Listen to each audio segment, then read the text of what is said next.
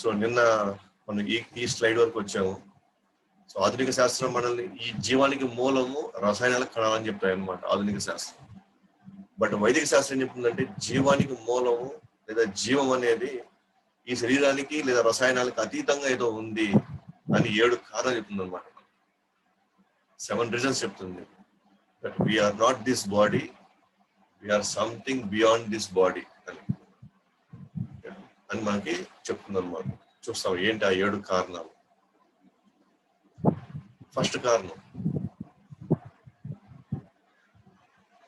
మనం చూస్తున్నాము, వింటున్నాము, అనుభవిస్తూ ఉన్నాము చాలా విషయాలు. చూస్తూ ఉన్నాము, అనుభవిస్తూ ఉన్నాము. అయితే మరణించిన వ్యక్తి, జీవించిన వ్యక్తికి రెండు శరీరాల్లో ఆ వ్యవస్థలు ఉన్నాయి. కళ్ళు ఉన్నాయి, చెవులు ఉన్నాయి, శరీరం ఉంది, లోపల వ్యవస్థలు ఉన్నాయి, అవయవాలు అన్నీ ఉన్నాయి. అయితే మరణించిన వ్యక్తిలో కళ్ళున చూడలేకపోతున్నాడు, చెవులున్న వినలేకపోతున్నాడు, కాళ్ళు చేతుల్లో నడవలేకపోతున్నాడు. అలాగే మరణించిన వ్యక్తిలో కూడా నరాల వ్యవస్థ, మెదడు వ్యవస్థ, అలాగే రక్త వ్యవస్థలు అన్నీ ఉన్నాయి ఇక్కడ, ఊపిరితిత్తుల వ్యవస్థలు అన్నీ ఉన్నాయి అక్కడ. కానీ అయినా కూడా ఆ వ్యవస్థలు పూర్తిగా ఇప్పుడు స్తబ్దత అయిపోయినాయి, ఏం పని చేయట్లేదు అవి. కానీ జీవించిన వ్యక్తికి మాత్రం ఈ వ్యవస్థలు, ఈ అవయవాలు అన్ని పనిచేస్తా ఉన్నాయి చక్కగా. సో మరణించిన వ్యక్తిలో వ్యవస్థలు ఉన్నాయి, అవయవాలు ఉన్నాయి, ప్రతిదీ ఉంది అక్కడ. జీవించున్న వ్యక్తులు ఏవైతే ఉన్నాయో మరణించిన వ్యక్తులు కూడా అవే ఉన్నాయి. కానీ ఎందుకో కదలిక లేదు, ఎందుకు స్పర్శ లేదు. కానీ అవే సమూహం ఉన్నటువంటి జీవించిన వ్యక్తిలో అన్ని కదలికలు, స్పర్శ ఎప్పటికప్పుడు స్పందిస్తున్నాడు. సో ఏంటి దీనికి కారణం అని అంటే కేవలం శరీరము, కేవలం దాంట్లో ఉన్న అవయవాలు, దాంట్లో ఉన్న రసాయనాలు ఈ స్పందించే గుణాన్ని తీసుకురాలేకపోతున్నాయి. అంటే శరీరంలో ఏదో అతీతంగా భిన్నమైన అంశం ఏదో ఉంది, ఏదో ఒక ఎలిమెంట్ ఉంది లోపల.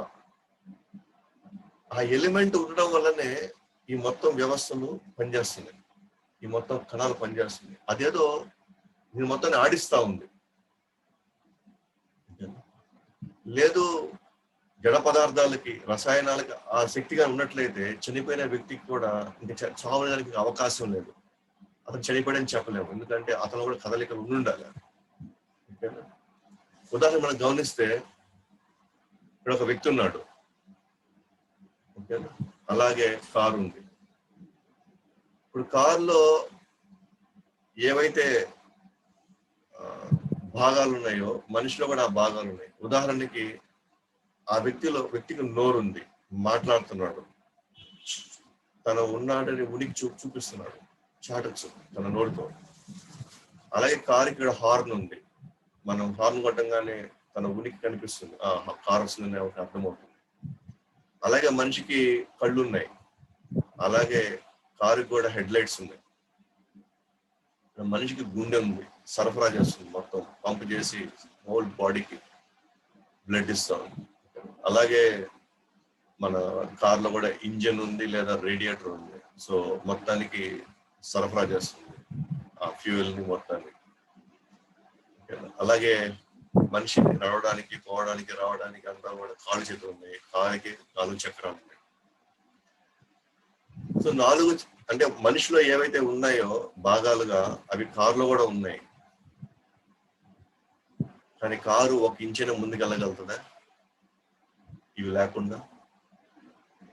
తనంతా తానే అన్ని బ్రహ్మాండంగా ఏవైతే ఒక మనిషి భాగాల్లో ఏవైతే ఉన్నాయో అన్ని భాగాలు దాంట్లో ఉన్నాయి. నడవడానికి, తిరగడానికి, పరిగెత్తడానికి కావాల్సిన అన్ని వ్యవస్థలు దాంట్లో ఉన్నాయి.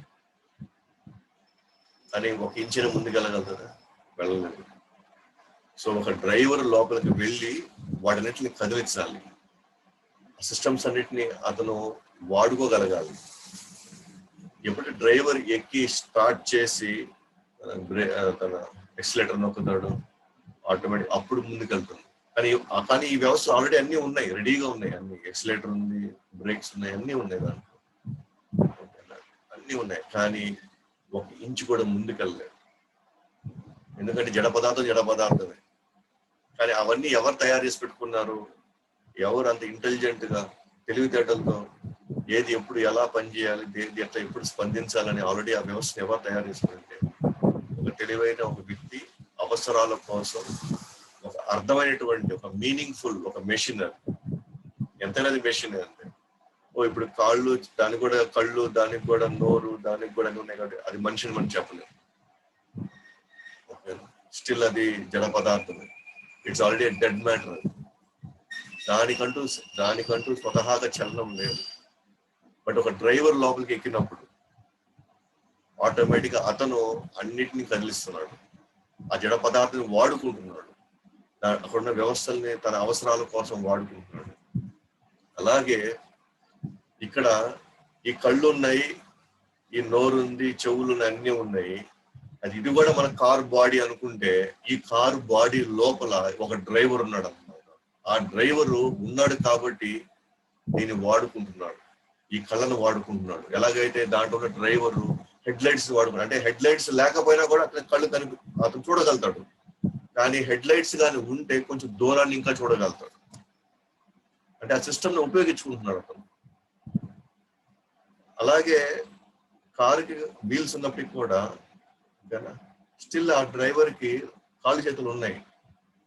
అతను ఆ కార్ని వదిలేసి ప్యాక్ చేసేసి అతను మనసు సెపరేట్గా వెళ్ళిపోగలుగుతాడు. అంటే డ్రైవర్కి ఎలాగైతే కళ్ళు, చెవులు, ముక్కు అన్ని వ్యవస్థలు ఉన్నాయో అతని యొక్క సొంతమే. కానీ ప్రస్తుతానికి ఆ శరీరం ఇచ్చేటువంటి అనేక వ్యవస్థలను అతను వాడుకుంటున్నాడు. అలాగే ఇక్కడ కూడా ఈ శరీరం అనే వ్యవస్థ, దీంట్లో ఏవైతే కళ్ళు, చేతులు అన్ని ఉన్నాయో దీని లోపల ఒక డ్రైవర్ వాడుకుంటున్నాడు అనమాట. వీటిని వాడుకుంటున్నాడు. ఈ కళ్ళు కొంత దూరానికి కొంతవరకు మనం వెళ్ళి అతను చూడగలుగుతున్నాడు, చూడడానికి పనికి వస్తాయి. కానీ దానికంటే కూడా అతనికి తన సొంత కళ్ళు ఉన్నాయన్నమాట. ఇందాక మనం చెప్పుకున్నాము ఏమని, ఎవరు చూస్తూ ఉన్నారు, ఎవరు వింటూ ఉన్నారు అని. ఉదాహరణకి మనం పడుకున్నాం అనుకోండి, మనకి కళ్ళు వస్తాయి, నిద్రపోతే మనకి కళ్ళు వస్తాయి. మార్నింగ్ లేచిన తర్వాత మన కళ్ళని మనం గుర్తుపెట్టుకొని కొన్ని సందర్భాలు గుర్తుపెట్టుకు మనం వివరిస్తాం అనమాట. ఆ కళ్ళలో మనం ఎన్నో ఇమేజెస్ చూస్తాం, ఎన్నో ఇమేజెస్ మనం చూస్తాం. మనం నిద్రపోయినప్పుడు మనం నిద్రపోతున్నాం కదా, గాఢంగా నిద్రపోతున్నాం కదా, కానీ లోపల జరిగేటువంటి ఆ మూవీ లేదా లోపల ఉన్న ఇమేజెస్ ఎవరు చూస్తున్నారు, ఎవరు చూసి ఎవరు గుర్తుపెట్టుకున్నారు, ఎవరు గుర్తుపెట్టుకొని మార్నింగ్ ఎవరికి వివరిస్తున్నారు? అంటే లోపల సినిమా మనం చూడాలి కదా, లోపల జరిగే ఆ రీల్ ని మనం చూడాలి కదా, ఎవరు చూస్తున్నారు దాన్ని? అంటే ఎవడో ఒక వ్యక్తి లోపల ఉన్నాడు, ఆ వ్యక్తి కళ్ళు ఉన్నాయి, ఆ కళ్ళతో ఆ ఫిలిం చూస్తున్నాడు. ఆ ఫిలిం చూసి గుర్తుపెట్టుకొని నెక్స్ట్ డే నాకు ఇలా కళ వచ్చింది అని చెప్తున్నాడు. అంటే యాక్చువల్గా పోతే ఈ కళ్ళు అయితే మనం నిద్రపోతున్నాయి, ఈ కళ్ళైతే చూడాల. ఈ కళ్ళతో చూసి ఆ ఇమేజ్ ఎక్కడో పడింది, లోపల మనసు దాని మీద పడింది. ఆ మనసుని ఎవరో చూస్తున్నారు, ఆ మనసు కూడా అతీతంగా ఎవరో చూస్తున్నారు. సో అంటే ఇవన్నీ కేవలం ఎక్స్టర్నల్ పార్ట్స్ మాత్రమే. ఒక ఇన్ఫర్మేషన్ యాక్సెస్ చేయడానికి కొన్ని పరికరాలు మాత్రమే ఇవి. కానీ లోపలికి వెళ్ళేసరికి అక్కడ ఇంకొక అతీతమైన ఒక శక్తి ఈ శరీరంలో ఉండి మనల్ని ఆ వ్యవస్థలను చూస్తున్నాయి, గమనిస్తున్నాయి, వాడుకుంటున్నాయి, తన కోరికలను తీర్చుకుంటున్నాయి. ఓకే, కాబట్టి ఎవరు చూస్తున్నారు ఇవన్నీ, ఎవరు వింటున్నారు ఇదంతా కూడా, ఎవరు చేస్తున్నారు? అదే ఆ వ్యక్తి కానీ ఆ శరీరం నుంచి వెళ్ళిపోయాడు అనుకోండి, ఇంక ఇవన్నీ కేవలం జస్ట్ డెడ్ మ్యాటర్ పార్ట్స్ అవి. ఓకే, ఎలాగైతే డ్రైవర్ ఈ కార్ని వదిలేసి వెళ్ళిపోతాడో ఆ కార్ ఇంకా ఆల్మోస్ట్ డెడ్ అక్కడ. సో దాని నుంచి ఒక చలనం కూడా ఉండదు. అలాగే ఇక్కడ శరీరం నుంచి కూడా ఒక చలనం కూడా ఉండదు ఇంకా. అంటే there is some element in this బాడీలో ఒక ఎలిమెంట్ ఉంది విచ్ ఇస్ సో పవర్ఫుల్, ఈ హోల్ వ్యవస్థను అది వాడుకుంటుంది, నడిపిస్తా ఉంది, చూస్తా ఉంది. ఓకే, సో అంటే వీఆర్ నాట్ దిస్ బాడీస్ కాదు. మన శరీరాల్లో అయితే ఓకే, చనిపోయిన వ్యక్తి కూడా శరీరం ఉంది కాబట్టి అక్కడే పడున్నాడు కాబట్టి అతను అన్ని రకాల పనులు, అతను అన్ని రకాల స్పందనలు ఉండాలి. కానీ కంప్లీట్ గా డెడ్ మ్యాటర్ లాగా ఒక కట్టెలాగా అయిపోతున్నాడు. అండ్ నో మోర్, అతను ఏమాత్రం ఇంకెటువంటి చలనం లేదు. అలాగే డ్రైవర్ లేకుండా కారు ఒక అడుగు కూడా ముందుకు వేయలేదు, అలాగే ఆత్మ లేకుండా శరీరం ఎలాంటి కదలిక ఉండదు. కారణం రెండో కారణం, రసాయనాల ద్వారా ప్రాణం.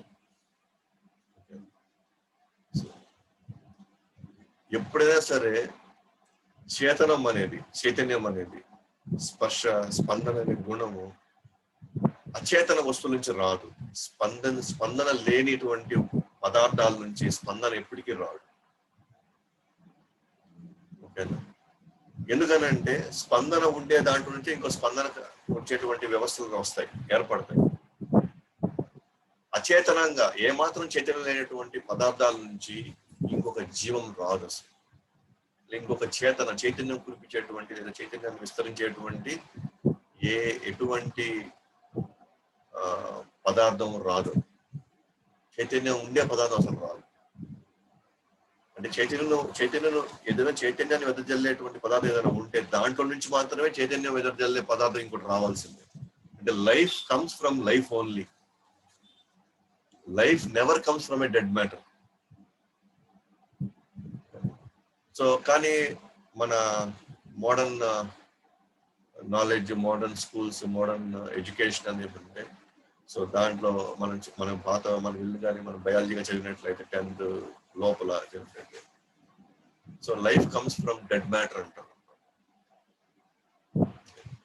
తెలియకుండానే ఆర్గానిక్ సూప్, ఈ కెమికల్స్ నుంచి క్రమక్రమంగా వాటిలో జీవం వచ్చేసింది. ఎప్పుడు వచ్చింది, ఏ పరిస్థితిలో వచ్చింది, ఎటువంటి కారణాల వల్ల వచ్చింది, దానికి మాత్రం ఎక్స్ప్లెనేషన్ లేదు. మనం అడగకూడదు కూడా.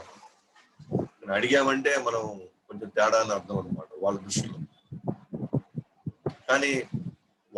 కానీ థీరీలు ఎన్నెన్నో, దానికి లెక్కలు, దానికి ఏదో ఎక్స్ప్లెనేషన్స్ ఏదో ఇస్తా ఉంటారు అనమాట. ఎప్పుడైనా సరే డెడ్ మ్యాటర్ నుంచి లైఫ్ వచ్చేదానికి అవకాశమే లేదు.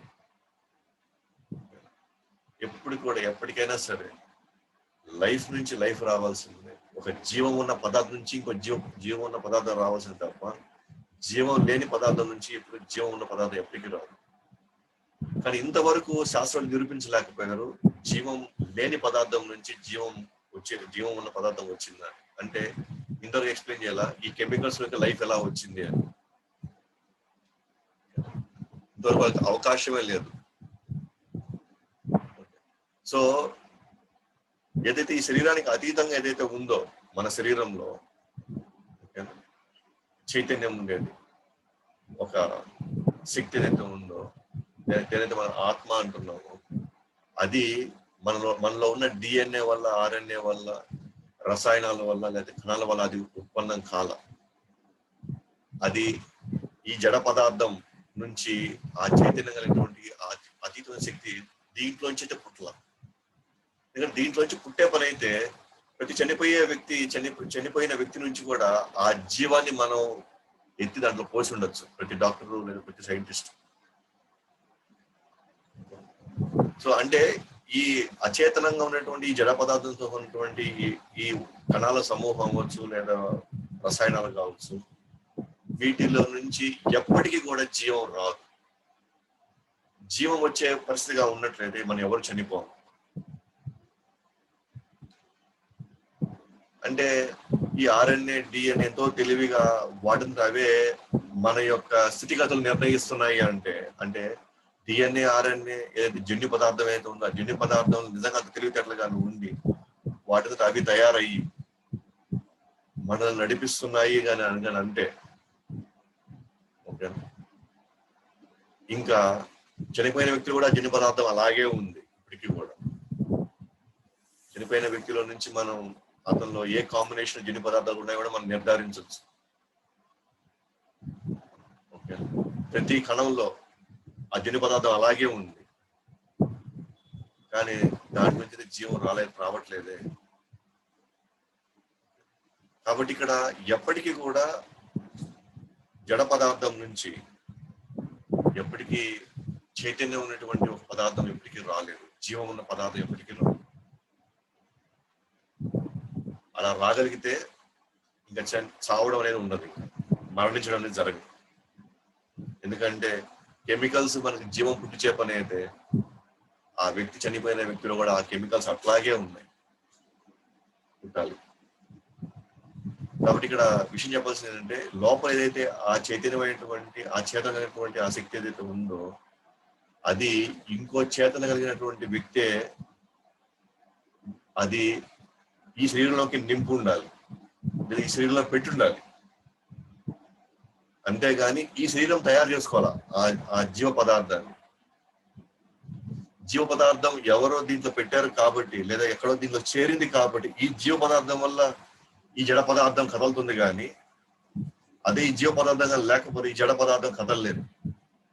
అది ఈ జడ పదార్థం యొక్క మూలము ఈ జడ పదార్థం కాదు. ఈ డెడ్ మ్యాటర్ నుంచి ఆ జీవం రాలేదు, కానీ దీంట్లో నింపబడింది, దీంట్లో పంపించబడింది. ప్రస్తుతానికి ఈ జడ పదార్థాన్ని వాడుకుంటూ దాన్ని అనుభవిస్తూ తన కాలాన్ని వెళ్ళబోస్తున్నది. కాబట్టి చైతన్యం ఏదైతే మనలో ఉందో ఆ చైతన్యం ఇంకో చైతన్యం నుంచి వచ్చే రావాలే తప్ప ఈ శరీరం ఏదో తయారు చేసుకోలేదు, లేదా ఇక్కడ రసాయన వాటిని తయారు చేయలేదు. సో అదే మన వైద్యులు ఏమంటారు, ఈ శరీరం అంటే ఏంటి అని అంటే ఒక 60 kgs ఉన్నటువంటి వ్యక్తికి ఇన్ని కేజీల కాల్షియం ఉంటుంది, ఇన్ని కేజీల పొటాషియం ఉంటుంది, phosphate, sulphur, sodium, magnesium, iron, copper, ఇట్లా 60 kgs ఉన్నటువంటి ఒక శరీరంలో ఇన్ని కెమికల్స్ ఈ స్థాయిలో ఉన్నాయి అని వాళ్ళు బ్రహ్మాండంగా నిర్ధారించేశారు. అయితే ప్రాబ్లం ఏంటంటే ఈ కెమికల్స్ కంటే ఒక రేట్ ఉంది మార్కెట్ లో. 5 kgs కాల్షియం ఒక రేట్ ఉంటుంది, 1.5 kgs పొటాషియం ఒక రేట్ ఉంటుంది. అలాగా మనం లెక్క పెట్టుకున్నాం అనుకోండి, ఈ శరీరానికి ఒక రేట్ ఉంటుంది. అంటే మనకు ఒక రేట్ ఉంది అనమాట. అది వాళ్ళు చెప్పడం. ఎంత రేటు? ఒక 5,000. ఈ మొత్తం అన్ని కెమికల్స్ మనం కేజీల లెక్కగా మనం కొన్నాం అనుకోండి, వెళ్ళి ఒక 5,000 ఉంటుందా, ఒక 10,000 ఉంటుందా రఫ్ గా మనం మార్కెట్ వాల్యూ కానీ వేసుకుంటే.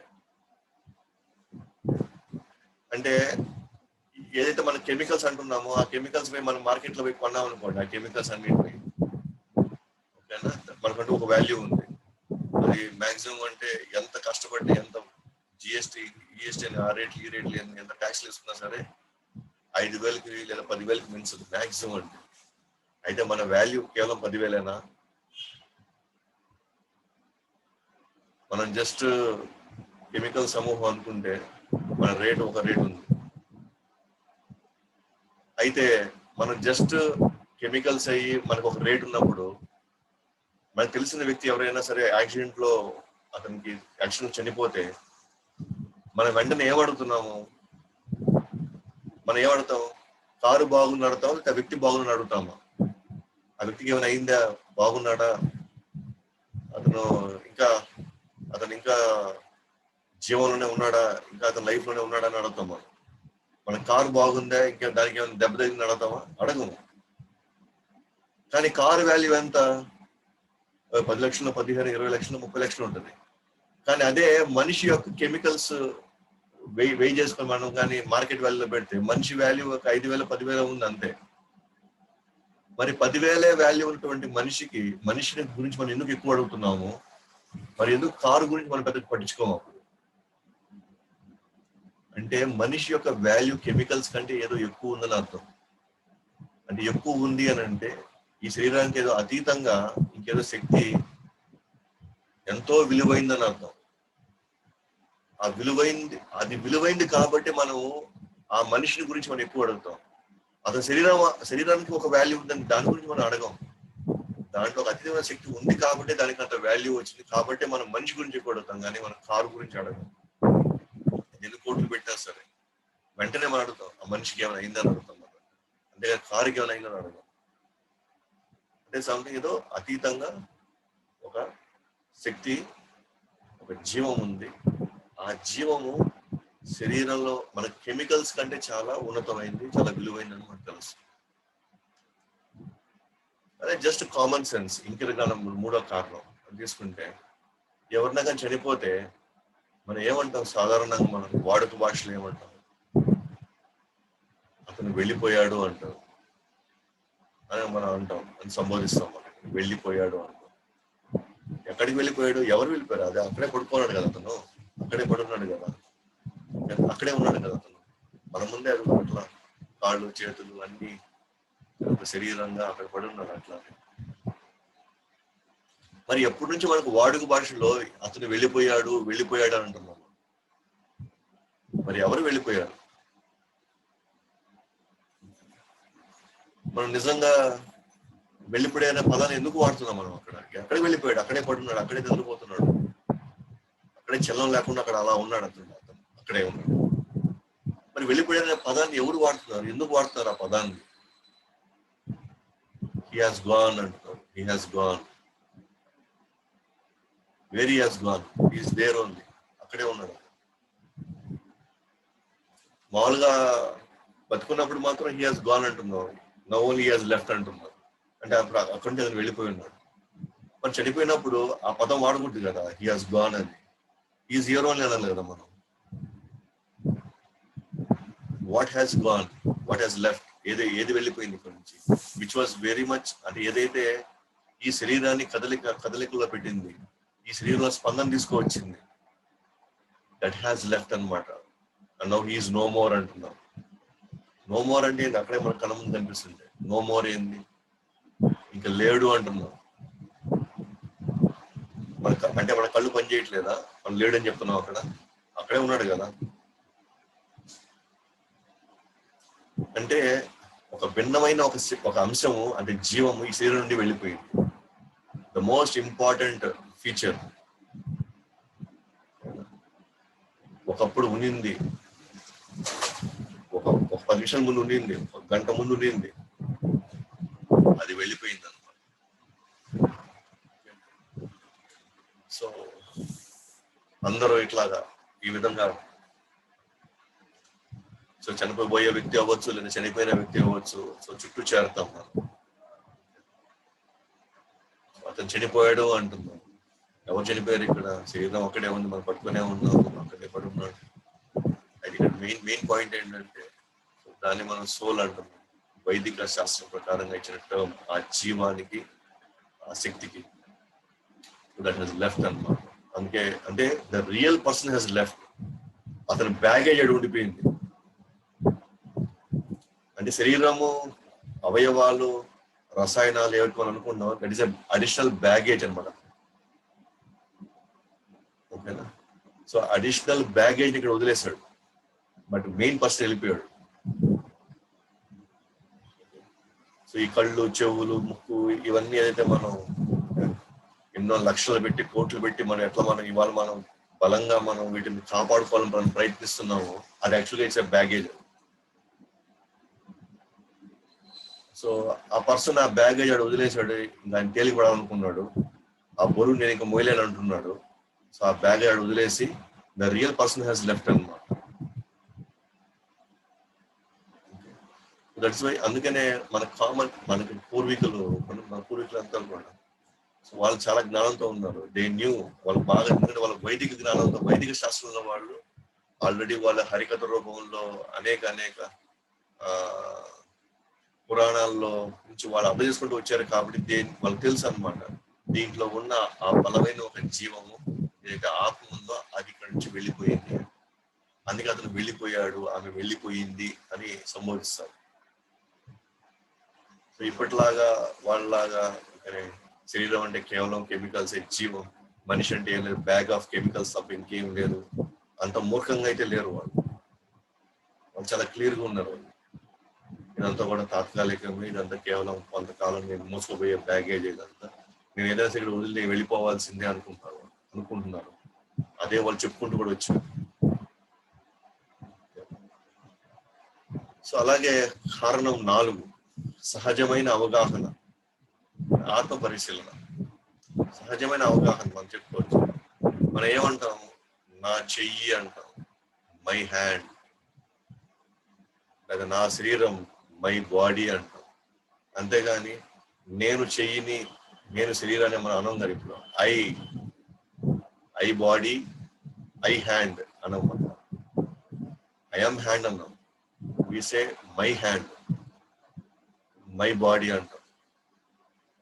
అంటే అలాగే ఇప్పుడు మై ల్యాప్టాప్ అంటాను. ఇప్పుడు ఐ ఆమ్ ల్యాప్టాప్ కాదు, మై ల్యాప్టాప్. అంటే మై ల్యాప్టాప్ అంటే ఇక్కడ అర్థం ఏంటి?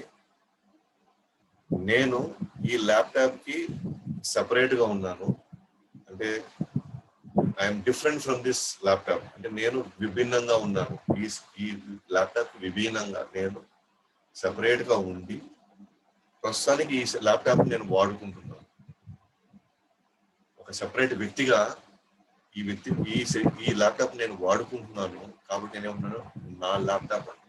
నేను ల్యాప్టాప్ కాదు, నా ల్యాప్టాప్. ఇది నాది. అంటే ఇది నా శరీరంలో భాగం కాదు, నాలో భాగం కాదు. ఇది నాలో భాగం కాకుండా ఇది ఒక సెపరేట్ గా ఒక వస్తువు నా దగ్గర ఉంది. ఆ వస్తువుని ప్రస్తుతానికి నేను వాడుకుంటున్నాను. ఇది నాది అంటున్నాను, కానీ నేను ల్యాప్టాప్ అనట్లేదు. అలాగే నేను నా చెయ్యి అంటున్నాను, నా శరీరం అంటున్నాను. నా చెయ్యి, నా శరీరం అని అంటున్నానంటే అర్థం చేసుకోండి, ఈ చెయ్యి నేను కాదు. ప్రస్తుతానికి ఈ చెయ్యిని వాడుకుంటున్నాను. అంటే నేను అనే ఈ వ్యక్తి లోపల ప్రస్తుతానికి ఈ చెయ్యి అతనిది కాదు, కానీ ఆ చెయ్యిని అయితే వాడుకుంటున్నాను. అది అతని శరీరం కాదు, ప్రస్తుతానికి శరీరాన్ని వాడుకుంటున్నాను. ఎలాగైతే ల్యాప్టాప్ ని నేను వేరుగా ఉండి ల్యాప్టాప్ ని వాడుకుంటున్నాను, అలాగే లోపల ఉన్న జీవుడు ఈ శరీరానికి సెపరేట్ గా ఉండి ఈ శరీరాన్ని వాడుకుంటున్నాను. కొంచెం టెక్నికల్ గా కొంచెం ఇబ్బందిగా ఉందా? నేను ప్రస్తుతానికి ఈ శరీరాన్ని వాడుకుంటున్నాను. నా అవసరాల కోసం, నా కోరికల కోసం, అనుభవించడం కోసం ఈ శరీరాన్ని వాడుకుంటున్నాను. ఎప్పుడైతే నేను ఇంకేమాత్రం దీంట్లో నాకు ఎటువంటి అనుభవం లేదు, నాకు ఏమాత్రం నాకు ఇంకా ఆనందం లేదు, ఈ శరీరాన్ని వద్దు నేను వెళ్ళిపోతాను. ఎప్పుడైతే నాకు ఈ ల్యాప్టాప్ దేనికి పనికిరాదు, నేను వాడుకోలేను, నా అవసరానికి తీర్చట్లేదు, అప్పుడు నేను ఏం చేస్తున్నాను? ఈ ల్యాప్టాప్ పక్కన పెట్టి కొత్త ల్యాప్టాప్ తెచ్చుకుంటాను. అలాగే ఎప్పుడైతే ఈ కళ్ళు నాకు కనపడలేదు, నాకు ఉపయోగపడట్లేదు, ఈ చెయ్యి నాకు ఇంకా ఉపయోగపడట్లేదు, ఈ శరీరం నాకు ఇంకా ఉపయోగపడట్లేదు, జీర్ణానికి కానీ పనులు చేయడానికి ఈ శరీరం ఉపయోగపడదు, ఆటోమేటిక్ నేను ఈ శరీరాన్ని వదిలి ఇంకో శరీరాన్ని తీసుకోబోతున్నాను, కొత్త శరీరాన్ని తీసుకోబోతున్నాను. అంటే నేను అంటే ఇక్కడ ఒక అధికారి, లోపల అధికారి ప్రస్తుతానికి ఈ భాగాలని శరీరాన్ని నడుపుతున్నాడు, వాడుకుంటున్నాడు ప్రస్తుతానికి. సో నేను చేయగలదు కదా, నా చెయ్యి అంటే నా చెయ్యే, కానీ నేను ఈ శరీరానికి అతీతంగా ఉండి ఈ శరీరాన్ని నేను వాడుకుంటున్నాను. ఈ ల్యాప్టాప్కి నేను అతీతంగా ఉండి ఈ ల్యాప్టాప్ ఎట్లా వాడుకుంటున్నానో, లోపల ఉన్న జీవుడు ఈ శరీరాన్ని వాడుకుంటున్నాడు. శరీరానికి అతీతంగా ఉన్నాడు, శరీరాన్ని వాడుకుంటున్నాడు, శరీరానికి భిన్నంగా ఉన్నాడు. దాంతో కలిసిపోలా, దాంట్లో ఏకమైపోలేడు, శరీరంతో ఏకమైపోలా, సెపరేట్ గానే ఉన్నాడు, లోపల ఉన్నాడు అన్నమాట. ఎక్కడో హార్ట్ భాగంలో అతను కూర్చోన్నాడు. అతను కూర్చొని ఇది మొత్తం నడిపిస్తున్నాడు.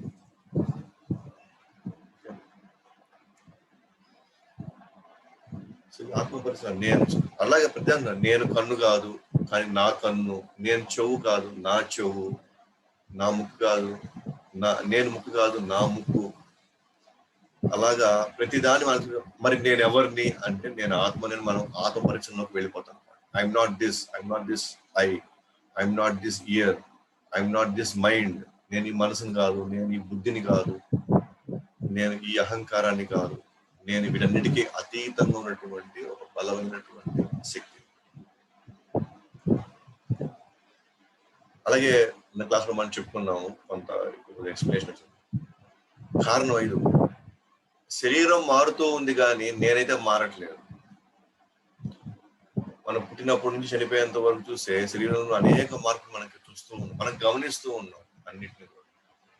సో ఒకప్పుడు శరీరం ఎట్లా ఉంది, తర్వాత శరీరం ఎలా మారిపోయింది, సరే ఇంకొక శరీరం ఇంకొక స్టేజ్ ఎలా మారిపోయింది, ఇంకో స్టేజ్ ఎలా మారిపోయింది. ఎవరో ఈ మార్పుని గమనిస్తూ ఉన్నారు. గమనించకపోతే మార్పు చెందిన తర్వాత మనకు గతం గుర్తుండకూడదు. ఎప్పుడైతే కెమికల్స్ పరిణామం చెందుతూ ఉంటాయో ఆటోమేటిక్ గా మనలో గతము లేదా పోయిన దాన్ని మనకి ఏమాత్రం గుర్తుండకూడదు. ఇప్పుడు ఒక ప్లాస్టిక్ ఒక కుండ ఉందనుకోండి, కుండ లేదా ఒక దబర మన ప్లాస్టిక్ లో ఉందనుకోండి, దాన్ని మళ్ళీ ప్రాసెసింగ్ లో పెట్టి, మళ్ళీ హీట్ చేసి ప్రాసెసింగ్ పెట్టి, మళ్ళీ ఇప్పుడు ఇంకొక వస్తువుని తయారు చేసాం అనుకోండి, దాన్ని ఇంకొక వస్తువుని తయారు చేసాం అనుకోండి. సో పూర్తిగా ఈ వస్తువు మారిపోయినప్పుడు ఇంకా దీనికి ఏదైతే మారిపోయినటువంటి ఫస్ట్ ఒక దబరు అయింది అనుకోండి, తర్వాత ఒక కడవలాగా అయింది అనుకోండి. నెక్స్ట్ ఫస్ట్ ఏమో దబర ఆకారంలో నుండి ప్లాస్టిక్ వస్తువు ఉంది, అది ప్రాసెస్ చేసి మళ్ళీ దాన్ని ఒక కడవలాగా బిందెలాగా అయింది అనుకోండి, అది బిందె తయారు చేసి అనుకోండి. ఇప్పుడు దీనికి నేను గతంలో నేను దబరగా ఉన్నాను, ఇప్పుడు నేను బిందె అనేదానికి దీనికి అవకాశం లేదు. ఎందుకంటే ఆల్రెడీ పూర్తిగా మారిపోయింది అది ఇది దాన్ని గమనించలేకపోయింది.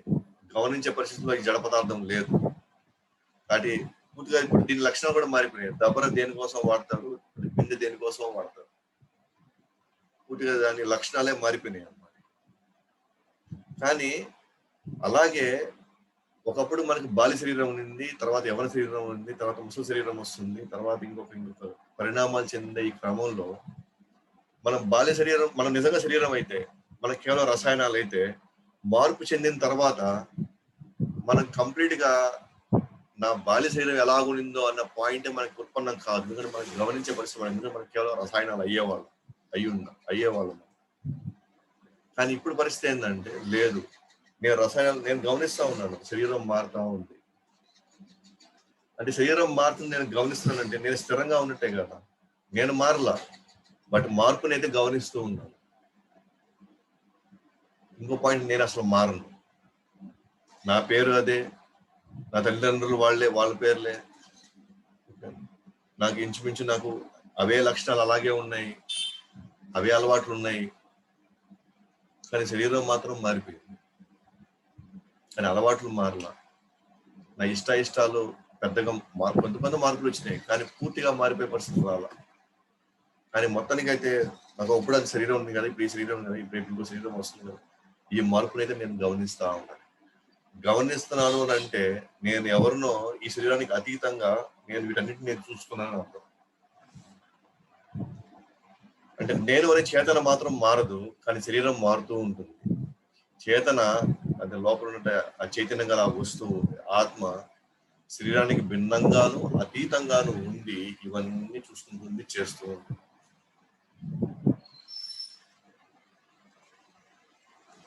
అదే ఇప్పుడు మనం చూసారా, చిన్న పిల్లవాడి దగ్గర నుంచి అతనే క్రమంగా ఎదిగి యవనంలోకి వెళ్ళి అతనే తర్వాత కురింగిపోయి నెమ్మదిగా అతను చనిపోయి మళ్ళీ నెక్స్ట్ శరీరం మళ్ళీ తీసుకొని మళ్ళీ పెద్దవాడయ్యి మళ్ళీ ముసలివాడయ్యి మళ్ళీ చనిపోతున్నాడు.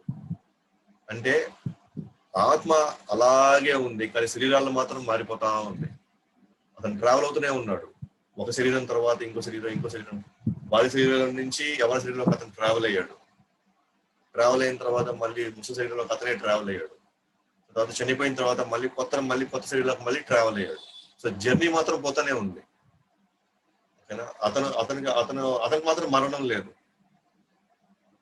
ఓకేనా, బట్ ఇవన్నీ కూడా కెమికల్స్ కదా, ఇవన్నీ కూడా క్రమంగా మారిపోతూ ఉన్నాయి. అందుకే మనం కెమికల్స్ కాదు, మన అవయవాలం కాదు. ఈ కెమికల్స్ ని అవయవాలకి అతీతంగా వీటిని నడిపిస్తూ ఉండేటువంటి శక్తుల లోపల. అందుకే మన క్లాస్ లో మనం చెప్పుకున్నాం, ప్రతి 7 సంవత్సరాలకి అన్ని కెమికల్స్ మారిపోతాయి, అన్ని సెల్స్ మారిపోతాయి అన్నమాట. ఇది మనం ప్రూవ్ చేయబడ్డటువంటి ఒక కాన్సెప్ట్ అన్నమాట. ఇది ఎవ్రీ 7 years కి కంప్లీట్ ఓల్డ్ సెల్స్ అన్ని పోయి మన కొత్త సెల్స్ కంప్లీట్ గా రీప్లేస్ అయిపోతాయి అన్ని భాగాల్లో. సో 7 years కి మారుతుంది. అందుకే మనం శరీరంలో మార్పులు చూస్తున్నాం. అదే శాస్త్రం కూడా చెప్తుంది, శరీరం మారిపోతుందే కానీ నువ్వు మారవు, నువ్వు మాత్రం అలాగే ఉంటావు. శాస్త్రం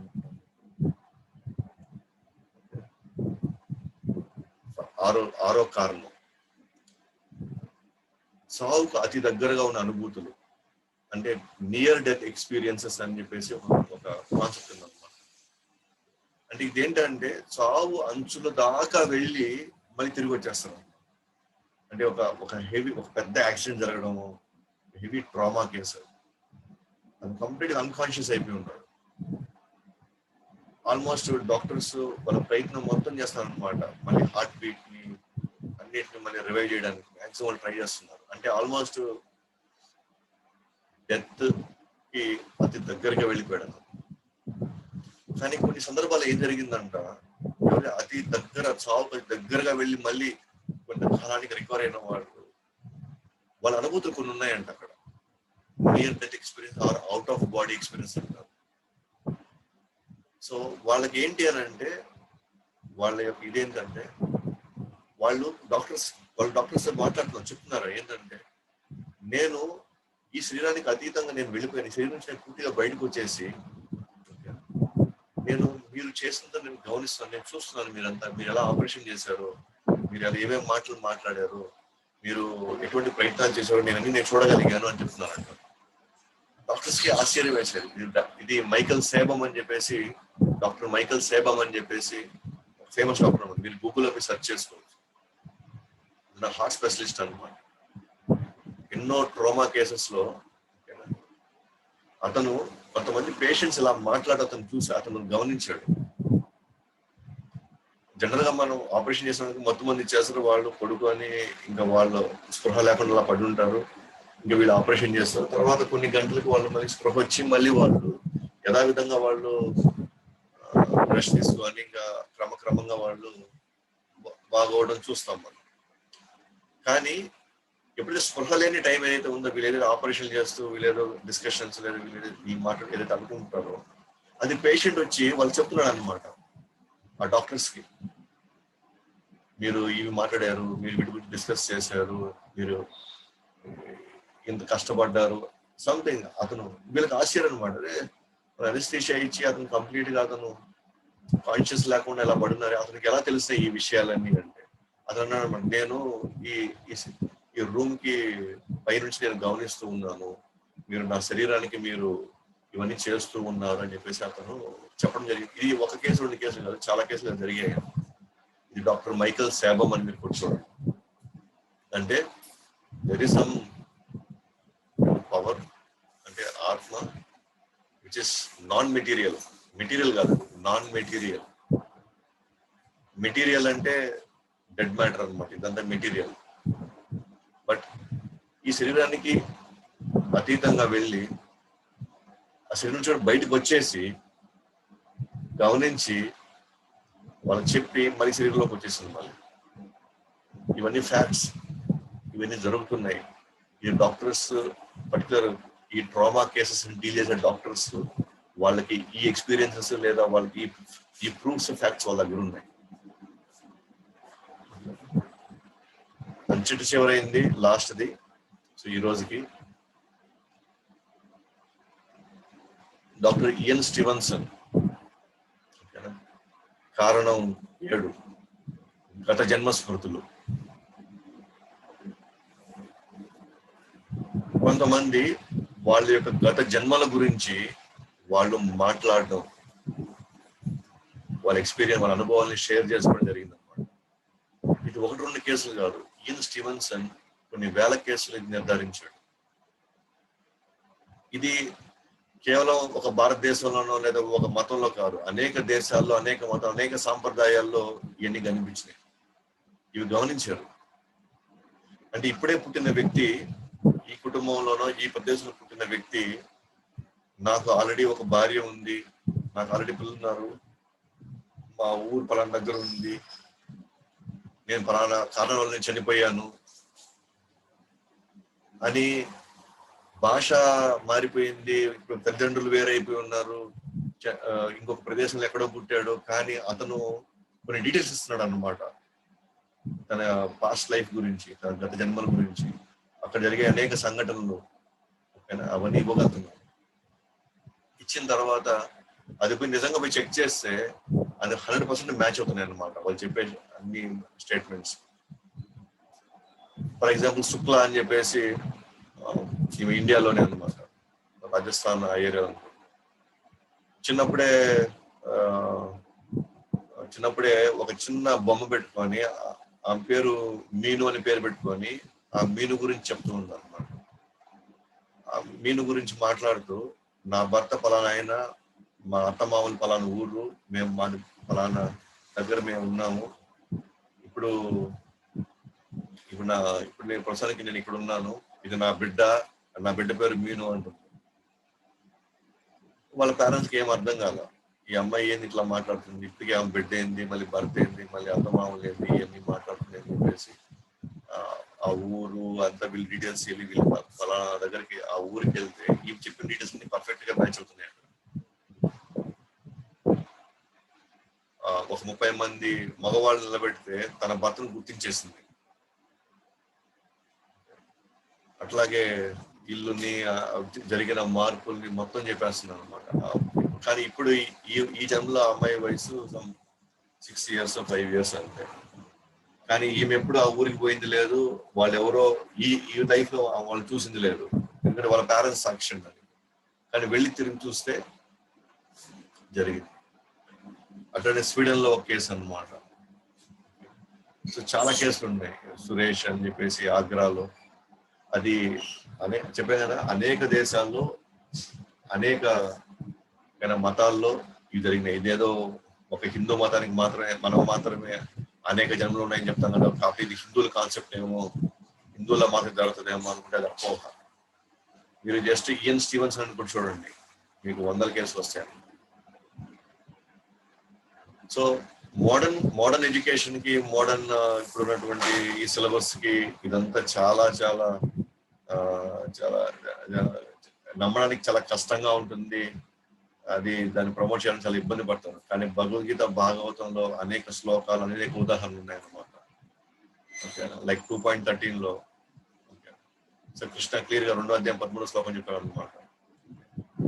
సో ఈ దేహంలో ఉన్న జీవుడు ప్రస్తుతానికి బాల్యము, యవ్వనం, ముసలితనంలో ఏ విధంగా అతను ప్రయాణం చేస్తాడో, చనిపోయిన తర్వాత అతను ఇంకో శరీరం తీసేసుకుంటాడు అని చెప్పేసి క్లియర్ కట్ గా స్టేట్మెంట్ చెప్పారు అనమాట. అలాగే నారద వారి గురించి, జడభరతుడు గురించి మనం కానీ భాగవతంలో కానీ వెళ్తే, నారద తన పాస్ట్ లైఫ్ గురించి ఎక్స్ప్లెయిన్ చేస్తాడు అనమాట. ఏ విధంగా అతను ఒక దాసీపుత్రుడయ్యి భక్తి వేదాంతులతో తను వాళ్ళ దగ్గర వాళ్ళకి సేవ చేసి వాళ్ళ ఆశీర్వాదం తీసుకోవడం వల్ల క్రమక్రమంగా అతను తర్వాత సాధన చేసి అతను ఏ విధంగా ఈ రోజు ఈ శరీరం, నారదుల వారి శరీరం ఎలాంటి శరీరం అంటే, అతను ఏ ప్లానెట్ కైనా ఎప్పుడైనా ఏ పరిస్థితి వెళ్ళిపోగలుగుతాడు అనమాట. శరీరం మార్పు లేకుండానే అతను ట్రావెల్ చేయగలుగుతాడు అన్నమాట, స్పేస్ లో ట్రావెల్ చేయగలుగుతాడు. ఇవాళ మనం ఎంతో కష్టపడుతున్నాం అన్నమాట స్పేస్ లో ట్రావెల్ అవ్వడానికి. ఆ రాకెట్ లో కుక్కల్ని అన్ని పంపిస్తున్నాం, మనుషుల్ని ప్రయత్నిస్తూ ఉన్నాం. బట్ ఈయనకి ఏ మెషిన్ లేకుండా నేను ట్రావెల్ చేయగలుగుతాను. బట్ ఆ శరీరం ఎలా వచ్చింది, దేని వల్ల వచ్చింది?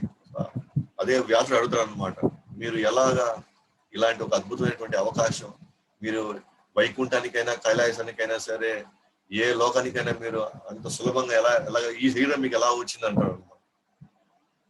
దానికి నారద వారు తన పాస్ట్ లైఫ్ గురించి చెప్పాడు. అలాగే జడభరతుడు కూడా ఇట్స్ పాస్ట్ లైఫ్. మళ్ళీ అతను కూడా తన జడభరతుడిగా తను గొప్ప భక్తుడిగా సాధన చేస్తూ ఉంటాడు. కానీ తెలియకుండా ఒక జింక అతను అట్రాక్ట్ అయిపోతుంది. జింకని బాగా చూసిన క్రమంలో దాని బాధల్ని తలుచుకుని చనిపోవడం వల్ల తనకు మళ్ళీ జింక శరీరం వస్తుంది. ఆ జింక శరీరంలో తను ఎట్లాగో బయటపడి తర్వాత ఇంకొక బ్రాహ్మణ శరీరం వచ్చిన జడభరతుడు తను ఒక మెంటల్ వాడి లాగా, ఒక అచేతన అంటే ఏ తెలివితేటలు లేనటువంటి వ్యక్తిలాగా అతను ప్రవర్తిస్తాడు అనమాట. అతనికి అన్ని గుర్తుంటాయి. అండ్ ఇవాళ మనం గమనించినప్పుడు భగవద్గీత 2nd chapter లో 2.11 2:11 శ్లోకం నుంచి 2:30 శ్లోకం వరకు మీకు 20 శ్లోకాలు ఉన్నాయన్నమాట. టు ప్రూవ్ మనము ఈ శరీరానికి అతీతము అని, ఈ శరీరాన్ని ప్రస్తుతానికి వాడుకుంటున్నామని, ఈ శరీరంలో మనం ట్రావెల్ అవుతున్నామని మనకు చాలా క్లియర్ కట్ ఇండికేషన్స్. భగవద్గీతలో ఉన్న శ్లోకాస్ అవ్వచ్చు, భాగవతం కావచ్చు, ప్రూవెన్ ఫ్యాక్ట్స్ అన్నమాట. ఓకే, ఎక్స్పెరిమెంట్ చేసి మీరు నిజంగా రీసెర్చ్ చేస్తే మనకు అవన్నీ కూడా పర్ఫెక్ట్ గా 100% ట్రూ అని మనకు అర్థమైపోతుంది. అదే 2:13 దేహినోస్మిన్ యదా దేహే కౌమారం యవ్వనం జరా తదా దేహాంతర ప్రాప్తి ధీరస్తత్ర నా ముఖ్యం. ధీరస్తత్ర ధీరుడైన వాడు శరీరం మారిపోయినంత మాత్రం అతను ఏం బాధపడ్డాడు. ఎందుకంటే అతను ఆల్రెడీ శరీరాల మార్పు చూస్తూనే ఉన్నాడు. చనిపోయిన తర్వాత ఇంకో శరీరంలోకి వెళ్తాడు అంతే. కాబట్టి ధీరుడు అనేవాడు భయపడ్డు, బాధపడ్డు. మనందరం మరణం అంటే మనందరం ఏడుస్తాం, మనం భయపడతాం, కష్టం, మనందరికి భయం వేస్తుంది. కానీ ధీరుడు భయం లేదు. ఎందుకంటే నేను ప్రస్తుతానికి శరీరంలో ట్రావెల్ అవుతున్నాను, మీ శరీరానికి అతీతమైన వాడిని, శరీరంలో ట్రావెల్ అవుతున్నాను, చచ్చిపోయిన ఇంకొక ట్రావెల్లోకి వెళ్తాను, ఇంకో బాడీలోకి వెళ్ళి ట్రావెల్ చేస్తాను అంటాడు.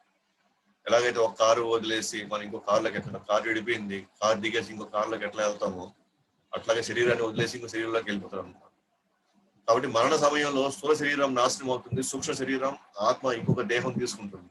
స్థూల శరీరం అంటే బయట కనిపించేటువంటి మనకు కనిపించేటువంటి ఈ స్థూల శరీరం, గ్రాస్ బాడీ, ఇది పోతుంది, ఇది అక్కడితో మనం వదిలేస్తాము. కానీ లోపల ఇంకో బాడీ, బట్ దీని ఎక్స్ప్లెనేషన్ ప్రవర్తిస్తాను. బట్ లోపల సూక్ష్మ శరీరం ప్లస్ ఆత్మ ఇంకొక దేహాన్ని తీసుకుంటుంది. అలాగే ఇయన్ స్టీవెన్స్ పరిశోధనలు నిరూపించాయి ఏమండి, దేహానికి భిన్నంగా చైతన్యం ఒక దేహం నుండి ఇంకో దేహంలోకి ప్రవేశిస్తుంది. సో మనకి ఇయన్ స్టీవెన్స్ అనే ఇవాళ ఎక్స్పెరిమెంట్స్ ఆయన రీసెర్చ్ మనకు ఉపయోగపడింది అనమాట. నిజంగానే గత లైఫ్ లో తను ఆ మెమరీస్ ఏవైతే మనసులో ఉన్నాయో, మైండ్ లో ఉన్నాయో, దట్ ఈస్ కాల్డ్ అదే దాన్ని సూక్ష్మ శరీరం అంటాం. ఓకే, సటిల్ బాడీ అంటాం. ఆ సటిల్ బాడీ ప్లస్ సోల్ రెండు ఇంకో బాడీలోకి వచ్చేస్తున్నాయి. కాబట్టే ఇవాళ ఈరోజు జన్మించినటువంటి ఆ వ్యక్తి, ఆయన మనసులో ఆ మెమరీస్ ఉన్నాయి కాబట్టి ఓకేనా, తను లాస్ట్ లైఫ్ గురించి మాట్లాడగలుగుతున్నాడు, పాస్ట్ లైఫ్ గురించి మాట్లాడగలుగుతున్నాడు, గత జన్మ గురించి మాట్లాడు. ఎందుకంటే ఆ మనసులో ఆ మెమరీస్ ఉన్నాయి, ఆ ఎక్స్పీరియన్సెస్ ఉన్నాయి, కాబట్టి అతను మాట్లాడగలుగుతున్నాడు. సో మొత్తం ఈ సటిల్ బాడీ ప్లస్ ఆత్మ ఈ రెండు ఇంకో శరీరంలోకి వెళ్ళిపోతాయి అన్నమాట. అంటే ఏదైతే బయట ఈ కవరింగ్ ఉందో ఇది జస్ట్ డెడ్ వెహికల్ అనమాట, అంతే. డెడ్ వెహికల్ ఎందుకంటే అంటే దట్ డస్ నాట్ హ్యావ్ దానికి ఏది అది ఇనిషియేట్ చేసుకోలేదు, తనకు తానుగా అది ఏది కూడా చేయలేదు. సో దాంట్లోకి ఒక డ్రైవర్ ప్రవేశించిన తర్వాతే ఈ బాడీలో అనేకమైనటువంటి కదలికలు వస్తాయి. అలాగే ఈ బాడీ నుంచి ఆ డ్రైవర్ వెళ్ళిపోయాడు అనుకోండి, మళ్ళీ ఎప్పుడు ఎలాగుందో అలాగే ఉండిపోతుంది. సో ఇదే అన్నమాట శుక్ల, ఈ అమ్మాయి ఫోటో అనమాట, ఇంతకు ముందు ఉన్న ఫోటో అది. ఇప్పుడు ఈ విధంగా జన్మించింది, చిన్న అమ్మాయి లాగా జన్మించింది. బట్ ఆమె గత లైఫ్ ఫోటో అక్కడ ఉందన్నమాట, ఆ ఫోటో ఇక్కడ పెట్టారు. ఓకే, సో మీకు కొన్ని 100,000 కేసులు ఉన్నాయన్నమాట ఇలాగా. కాబట్టి మరి ఈ చైతన్యానికి మూలం ఏంటి? ఆ చలనం, ఆ స్పర్శ మన హోల్ బాడీని మూవ్ చేస్తుంది కదా, ఒక పవర్. అంటే తెలియకుండానే హోల్ బాడీలో ఒక కాన్షియస్నెస్ ఉంది, ఒక స్పర్శ ఉంది, స్పందన ఉంది. మరి ఆ స్పందన హోల్ బాడీ ఉంది కదా, ఆ హోల్ బాడీకి వచ్చేటువంటి ఆ స్పందన, ఆ చలనం దేని నుంచి వస్తుంది? అది అంటే ఖచ్చితంగా మనం చెప్పుకున్నాం, రసాయనాల వల్ల నుంచి రావట్లేదు, కణాల నుంచి రావట్లేదు. మరి దేని నుంచి వస్తుంది? ఈ చైతన్యానికి మూలం ఏంటి? అది రేపు క్లాస్ లో చూద్దాం. ఈ చైతన్యానికి ఈ హోల్ ఎక్కడైతే ఇప్పుడు కింద ఎక్కడో మనకి గిల్లితే మనకి ఎక్కడో ఇక్కడికి వచ్చి మనకు ఎవరు నన్ను గిల్లారు, ఎవరు నన్ను తట్టారు అని వెంటనే మనకి with in fraction of seconds లో మనకి ఇన్ఫర్మేషన్ వచ్చేస్తుంది. అంటే హోల్ బాడీ తెలియకుండానే మనం స్పందిస్తున్నాం. అదే చనిపోయిన బాడీకి మనం ఎంత గిచ్చినా ఎంత తట్టినా ఏ చలనం లేదు. బట్ ఎక్కడో జరిగే చిన్న దానికి బట్ హోల్ బాడీలోకి ఎక్కడో మనకి ఎమోషన్స్ పెరిగి మనం దానికి రియాక్ట్ అవుతున్నాం మనం వెంటనే. దీన్ని హోల్ బాడీలో ఆ చైతన్యం ప్రవహిస్తుంది అంటారు. శరీరం మొత్తం ఆ చైతన్యం ప్రవహిస్తుంది. బట్ ఆ చైతన్యం హోల్ బాడీ అయితే ప్రవహిస్తుందో ఆ చైతన్యం ఎక్కడి నుంచి వస్తుంది మన బాడీలో? ఎక్కడి నుంచి ఈ చెత్త చైతన్యం వస్తుంది? ఉదాహరణకి ఈ రూమ్ లో లైట్ ఉంది, హోల్ రూమ్ కి లైట్ మొత్తం వెలుగుంది, బట్ ఆ వెలుగు ఎక్కడి నుంచి వస్తుంది? ఒక బల్బ్ నుంచి వస్తుంది మనకి లైట్. ఈ హోల్ మొత్తం ఈ వెలుగంతా కూడా ఒక లైట్ నుంచి వస్తుంది. అలాగే ఈ శరీరం మొత్తం వ్యాపించినటువంటి ఆ చైతన్యానికి మూలం ఏంటి? అది రేపు క్లాస్ చూడండి. సో ఎందుకనంటే మనం ఆల్రెడీ ఒకటి రూల్ అవుట్ చేసేసాం. ఏది? రసాయనాల నుంచి, కణాల నుంచి, లేదా జన్యు పదార్థాల నుంచి, R&D నుంచి ఇది రావట్లేదు. ఎందుకంటే అది వచ్చి ఉంటే మాత్రం చనిపోయిన శరీరం మరణించేటువంటి ఆ శరీరం నుంచి కూడా అవన్నీ ఉన్నాయి కాబట్టి సో ఆ చైతన్యం అన్నింటికి రావాలి అంటే ఒక రూల్ అవుట్ అయిపోయింది ఇక్కడ. ఏంటది? వాటిల నుంచి అయితే ఈ చైతన్యం రావట్లేదు, ఇంకా దేని నుంచో వస్తుంది. దేని నుంచి వచ్చిన ఆ చైతన్యము ఈ హోల్ శరీరంలో ఎన్నో మార్పుల్ని, ఎన్నో స్పందనలు తీసుకొని వస్తుంది, ఎన్నో భావాల్ని ఉత్పన్నం చేస్తుంది. సో అది రేపు చూద్దాం. సో ఆల్రెడీ మనకు తెలిసిందే, ఓకేనా? అది ఆత్మ అనే ఒక దివ్యమైనటువంటి ఒక పదార్థం, ఒక శక్తి, దాంట్ నుంచి చైతన్యం వస్తుంది. అది ఏంటి రేపు మనం చూద్దాం. సో ఇక్కడతో నేను ఈ సెషన్ క్లోజ్ చేస్తున్నాను. కొంచెం లేట్ అయింది అనుకుంటాను. సో మీకు ఏదైనా సందేహాలు ఉంటే మీరు అడగచ్చు. జగద్గురు శ్రీల ప్రభుపాద్కి జై, అనంత కోటి వైష్ణవునికి జై, భగవద్వాణి శ్రీల భగవద్గీతకి జై, జై గౌడ్ ప్రేమానంద.